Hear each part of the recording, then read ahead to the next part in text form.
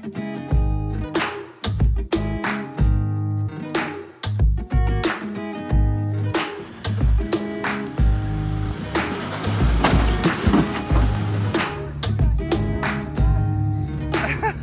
going on YouTube? So I figured I'd just give you all a little progress update, what's been going on with the 4runner. It's been a while since I last uploaded. Been super busy, but I feel like I've gotten a lot done, so we'll go through and talk about what we've done and what our plans are for the future.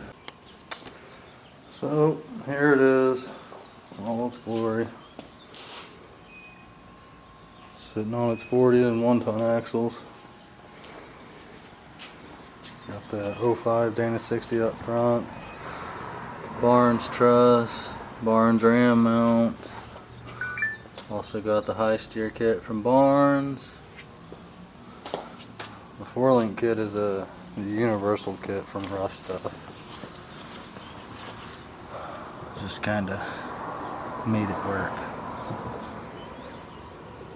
Right now I'm working on building my cage for my support right there.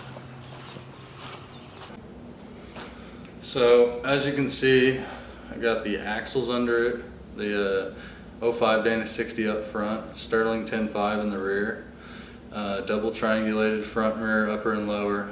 So no more pan hard bar, track bar, any of that, because we're going to do full hydro steering as well. On that setup, we'll talk about that here in a minute.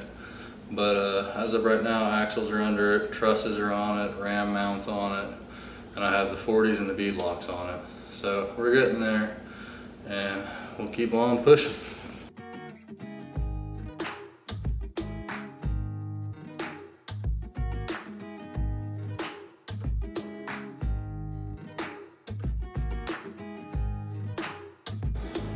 Okay, so for the full hydro setup, I plan on, well, initially intended on doing a full PSC kit, but about 3 to 4 months ago they actually discontinued their Toyota 3.4 power steering pump.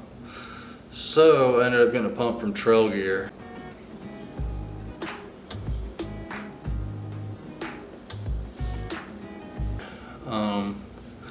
I'm going to use that power steering pump, and then I'm going to use PSC's full hydro kit without a pump, but it's rated for the 40 to 46 inch tall tires. It comes with their ram, lines, cooler, reservoir, the whole 9 yards.